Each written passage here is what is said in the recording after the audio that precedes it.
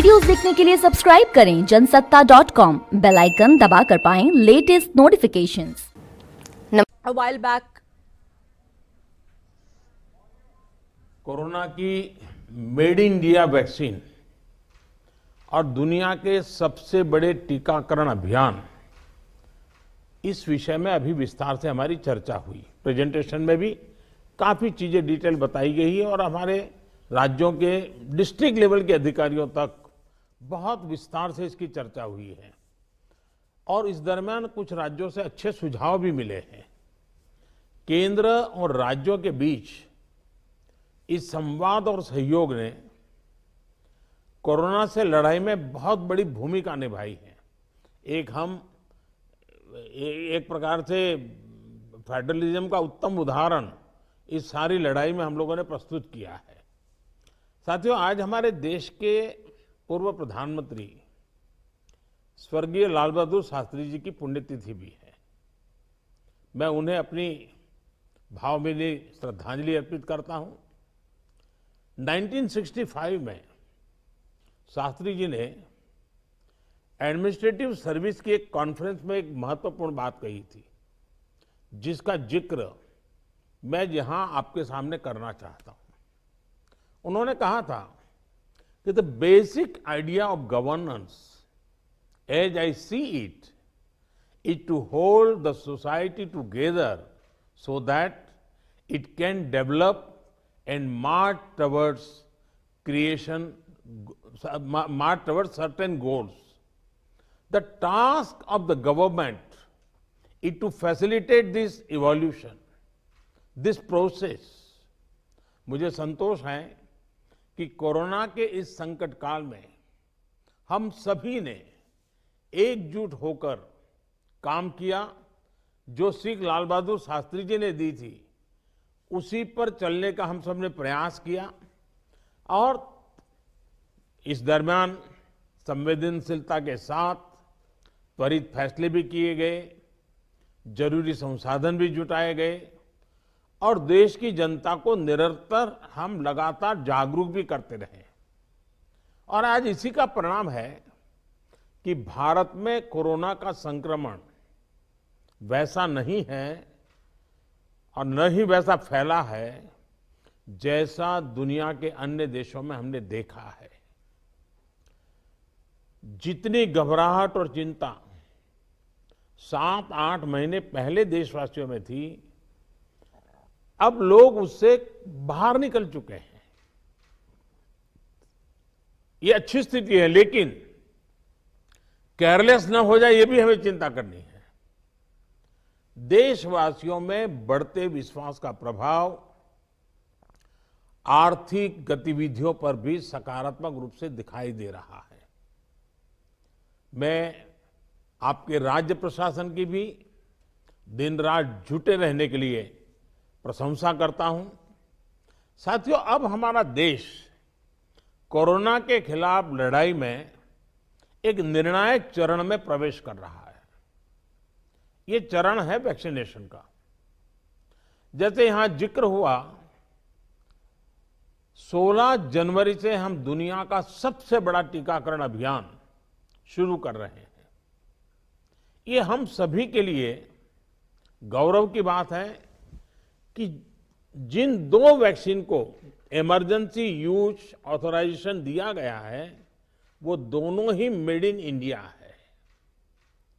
इतना ही नहीं, 4 और वैक्सीन प्रोग्रेस में है और ये जो मैं करीब 60-70% काम पहले राउंड का होने के बाद बैठने की चर्चा इसलिए करता हूं कि उसके बाद और वैक्सीन भी आ जाएगी और जब और वैक्सीन आ जाएगी तो हमें फ्यूचर का प्लान करने में वो भी एक बहुत बड़ी सुविधा रहेगी।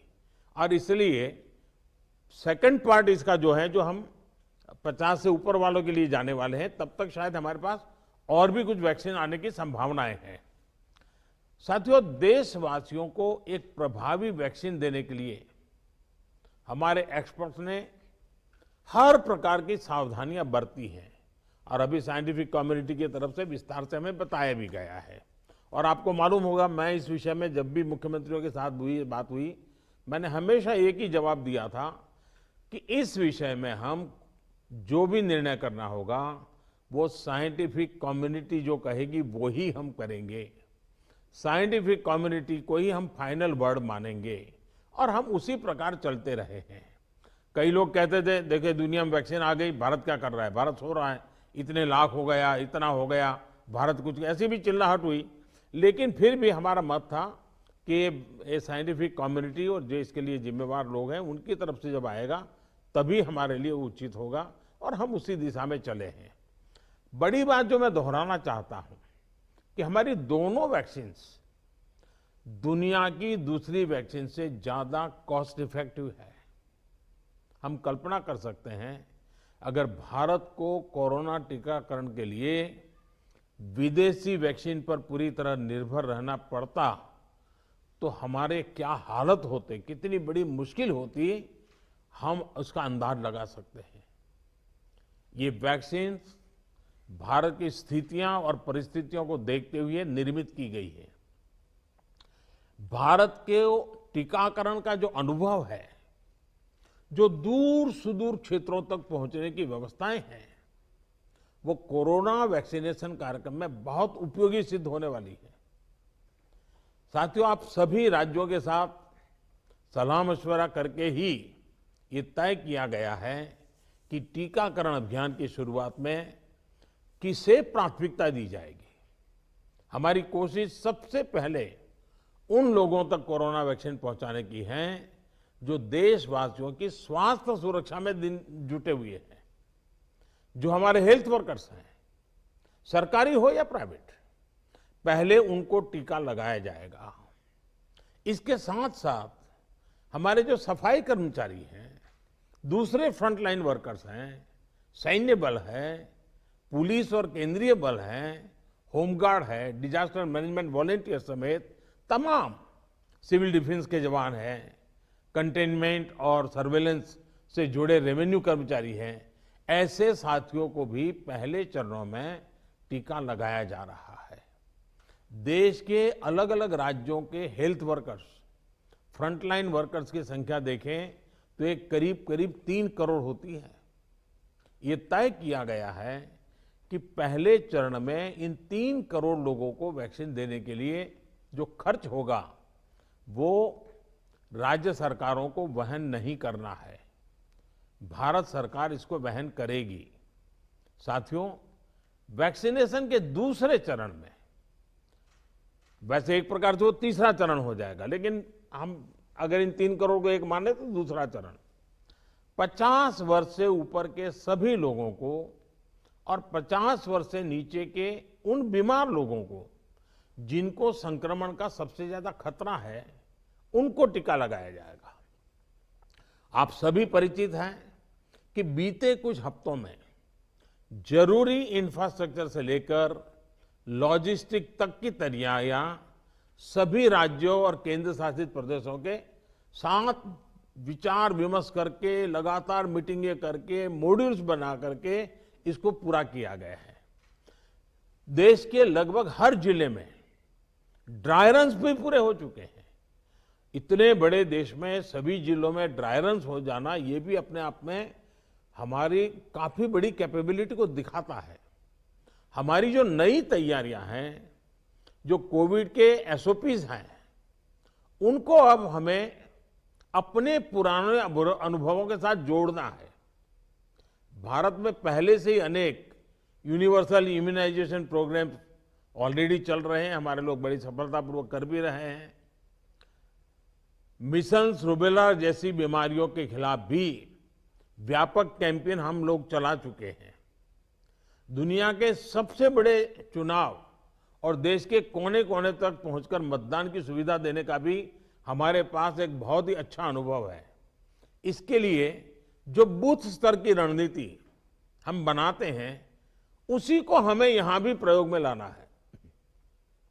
साथियों, इस टीकाकरण अभियान में सबसे अहम उनकी पहचान और मॉनिटरिंग का है जिनको टीका लगाना है। इसके लिए आधुनिक टेक्नोलॉजी का उपयोग करते हुए कोविन नाम का एक डिजिटल प्लेटफॉर्म भी बनाया गया है।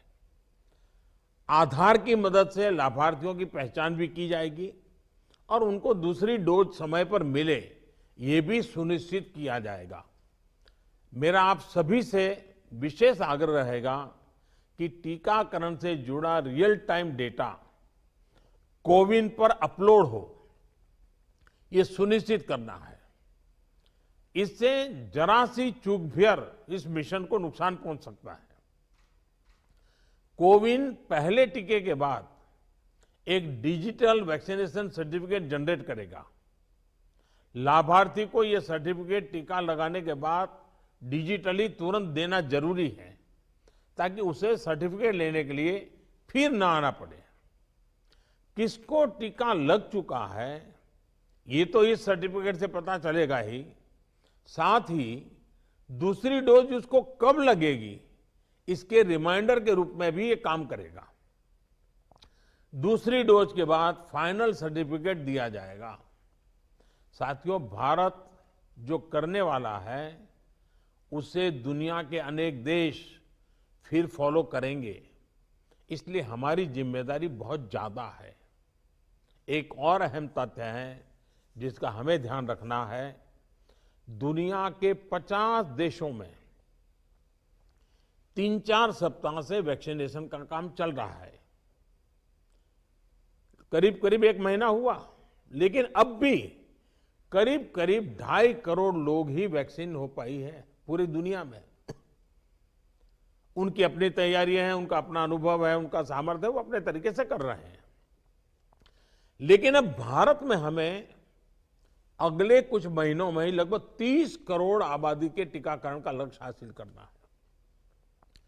इस चुनौती का पूर्वानुमान लगाते हुए ही बीते महीनों में भारत ने बहुत व्यापक तैयारियां की हैं। कोरोना की वैक्सीन से अगर किसी को कुछ असहजता होती है, तो उसके लिए भी जरूरी प्रबंध किए गए हैं। यूनिवर्सल इम्यूनाइजेशन प्रोग्राम में पहले से ही इसके लिए एक मैकेनिज्म हमारे पास रहता है।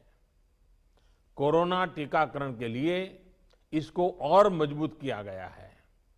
साथियों, वैक्सीन और टीकाकरण की इन बातों के बीच हमें ये भी याद रखना है कि कोविड से जुड़े जो प्रोटोकॉल हम फॉलो करते आ रहे हैं, उनको इस पूरी प्रक्रिया के दरमियान भी बनाए रखना है।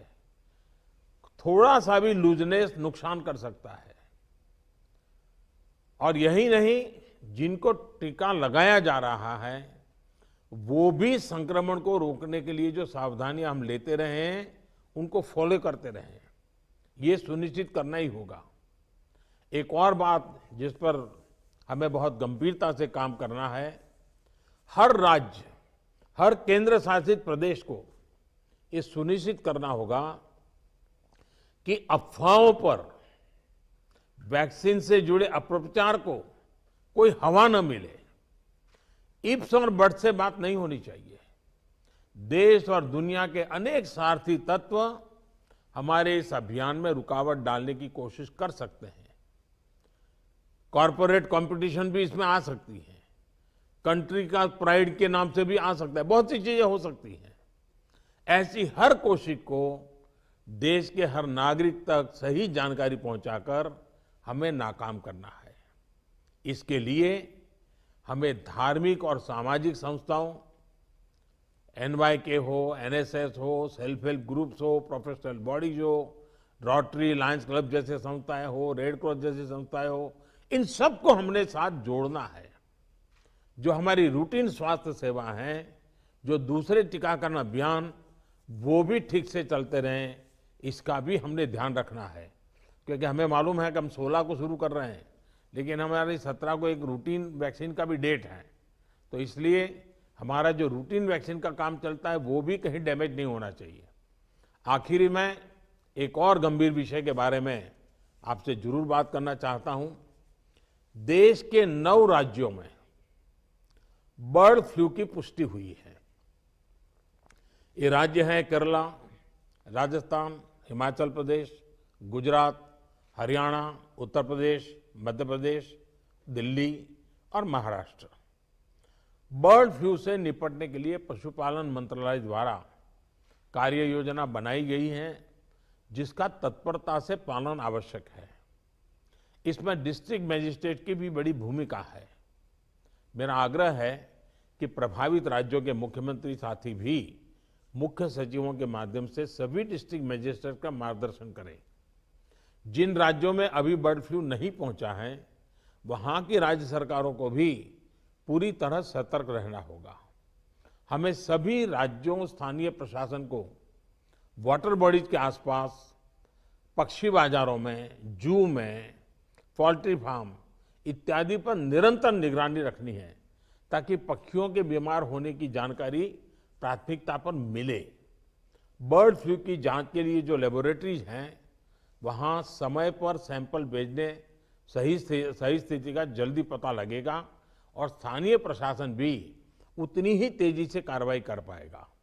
वन विभाग हो, स्वास्थ्य विभाग, पशुपालन विभाग के बीच जितना अधिक कोऑर्डिनेशन होगा, उतनी ही तेजी से हम बर्ड फ्लू के नियंत्रण में सफल होंगे।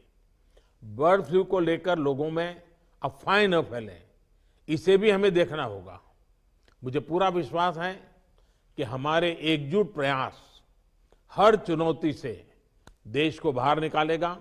मैं फिर एक बार आप सबका बहुत आभारी हूं और 60% काम होने के बाद हम दोबारा एक बार बैठ करके रिव्यू करेंगे। उस समय जरा विस्तार से भी बात करेंगे और तब तक कुछ नई वैक्सीन आ जाए तो उसको भी हम संज्ञान में लेकर के आगे की अपनी रणनीति बनाएंगे। बहुत बहुत धन्यवाद आप सबका।